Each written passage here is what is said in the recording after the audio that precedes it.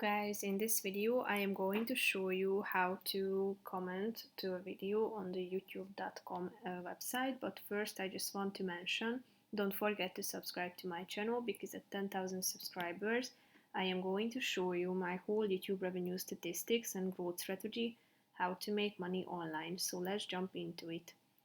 First of all, open the website on your device, and after that you should select a video and tap on it.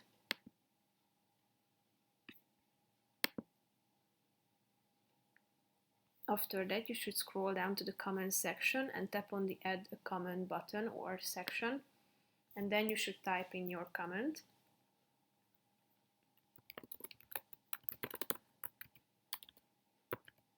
After typing it in, you should click on this comment button below, and as you can see, your comment appears at the comment section. So if you want to delete it, just tap on the three dots icon next to it, and you will be able to either edit it or delete your comment by tapping on the delete button.